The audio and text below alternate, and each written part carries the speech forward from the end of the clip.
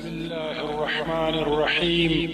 عن عبد الله بن مسعود رضي الله تعالى عنه قال: سمعت رسول الله صلى الله عليه وسلم يقول: نضر الله امرأ سمع مقالتي فوعاها وحفظها وبلغها. رواه الترمذي. عبد الله بن مسعود رضي الله تعالى عنه واي: مال رسول الله صلى الله عليه وسلم تخواوردل چاغ فرمائی دهغه چا سره د الله تبارک وتعالى تر تازه وساتي چا زما وینا واوردل او ځان پرې پوکړ او په یاد وساتل او نور ته ورسوله. دې حدیث روایت ترمذی کړی ده.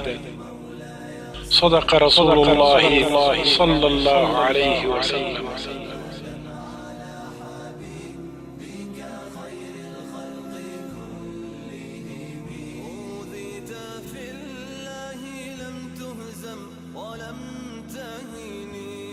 أوذيت في الله لم تهزم ولم تهن